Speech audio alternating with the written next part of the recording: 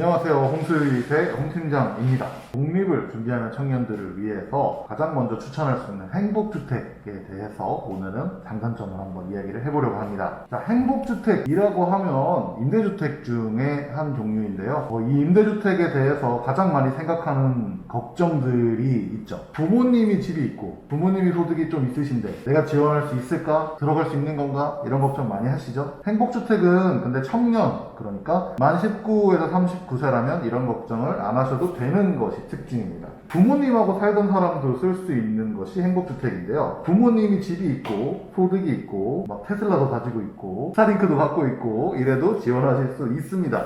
LH가 너가 아버지 뭐 하시노? 이런 거 안 물어봅니다. 청년이고 본인이 자산 기준만 만족을 하면 부모님 자산 보지 않고요. 부모님이 일론 머스크라서 화성에 가 계셔도 지원할 수 있어요. 그리고 1인 소득 기준일 때 358만원, 많이 널널하죠. 사회초년생이면 상당수의 분들이 지원을 하실 수 있는 것이 행복주택의 가장 큰 장점입니다. 임대료가 저렴하죠. 시세의 60에서 80%라고 하는데요. 일부 지역은 실제로 이것보다 훨씬 저렴한 지역들도 많아요. 그래서 심지어 이제 수도권에 전철이 가는 지역인데도 10만원 이하의 월세를 자랑하는 지역들도 있습니다. 그리고 한번 계약해서 살고 있는 주택의 경우에는 임대료 상한 기준이 최고 갱신할 때마다 5% 이내로 규정이 되어 있기 때문에 임대료가 많이 오르는 걱정 안 하셔도 되고요. 그리고 실제로 5%만큼 오르지 않는 경우가 많습니다. 그렇기 때문에 2년 살다가 갱신할 때 나 모은 돈이 없는데 어떡하지? 이런 걱정 안 하셔도 괜찮습니다. 보증금을 내 마음대로 조정할 수 있어요. 공공에서 건설되는 임대주택에서의 가장 큰 장점인데요. 보증금을 높여서 월세를 낮출 수도 있고 지금 당장 돈이 부족하면 보증금을 낮춰서 월세를 조금 더 낼 수도 있고 본인의 사정에 따라 선택할 수 있는 것이 장점이고요. 보증금을 많이 높여서 월세를 낮추고 싶을 때는 보증금 대출을 받는 분도 많으신데 이런 경우에 집 주인이 LH, SH 혹은 GH이기 때문에 보증금 대출도 상대적으로 수월한 편입니다. 그리고 또 한 가지, 복비가 없습니다. 보통 집을 구하시면 거기에 대한 수수료로 부동산에다가 소정의 수수료를 이제 복비라는 이름으로 내고 있는데요. 행복주택의 경우에는 대부분 주인이 공공이기 때문에 임대료 내는 것 이외에 복비를 내거나 하지 않습니다. 실제로 이사 한번 다닐 때마다 복비도 4, 50만 원씩 많이 부담이 되는데요. 이런 비용이 없습니다. 그리고 이제 살다가 나갈 때는 내가 원할 때 이사 나갈 수 있는 게 장점입니다. 전세로 이제 일반적인 아파트 원룸을 구했어요. 살 때는 비용이 많이 절감돼서 좋은데 만약에 내가 이사 나가고 싶은데 보통 주인은 그 다음 들어올 사람을 구해놓으라고 요구하고 방이 안 나가면 보통 보증금이나 이런 걸 돌려주지 않죠. 하지만 LH나 SH나 GH는 그런 것이 없습니다. 자기가 나가고 싶을 때 한 달 전에만 직접 청약센터를 통해서 신청을 하시면요. 자기가 원하는 날짜에 나갈 수 있고 별도의 위약금은 없습니다. 다만 이제 집을 망가뜨리거나 이런 것들이 있다면 복구 비용 같은 거는 별도로 청구가 되게 됩니다. 자, 그리고 행복주택에서 가지고 있는 필살기, 가장 큰 장점이 하나 있는데요. 혼자 살 때는 이제 임대료 때문에 작은 평수로 들어가시는 분들이 많아요. 그러다가 남자친구 혹은 여자친구가 생겨서 결혼하시는 분들이 생기면 집을 갑자기 마련해야 될 수도 있는데 LH에서 운영하는 행복주택 같은 경우에는 만약에 결혼해서 이자녀가 되면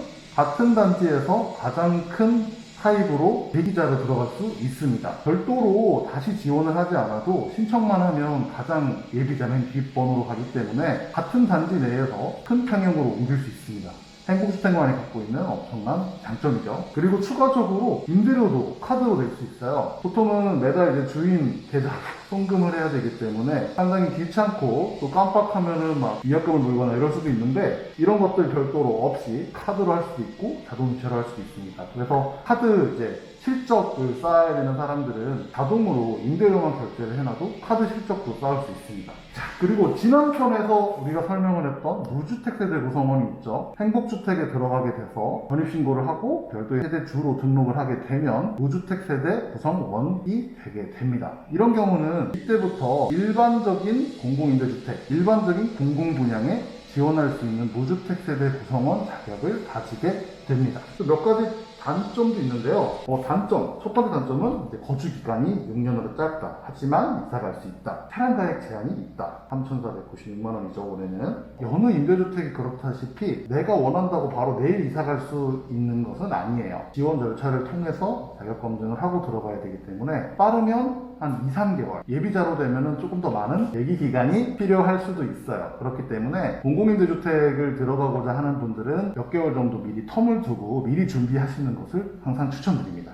그리고 또 이제 공고 사항에 보면은 가끔 그런 내용들이 나와요. 가변벽체로 지어져서 방음이 부족할 수 있다라는 말이 나오는데요. 실제 원룸 같은 경우로 지어지는 행복주택의 경우에는 나중에 이제 인구가 감소됐을 때 그 두 개의 집을 터서 더 큰 평형으로 만드는 것을 계획하고 만들었기 때문에 옆방과의 벽이 가변벽체라서 좀 소음에 취약할 수 있다, 이런 말이 공고문에 있는데요. 실제로 아파트에 거주하시는 분들은 조금 소음에 대해서 불만이 생기실 수도 있는데, 제가 2번이나 이사 다녀본 경험으로는 일반적인 원룸보다는 방음은 훨씬 좋습니다.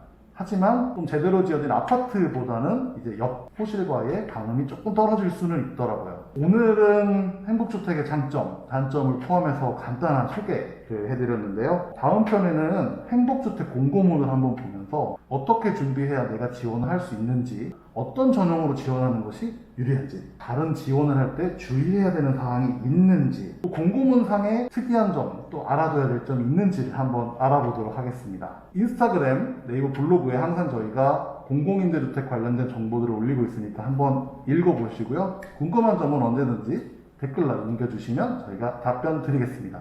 감사합니다.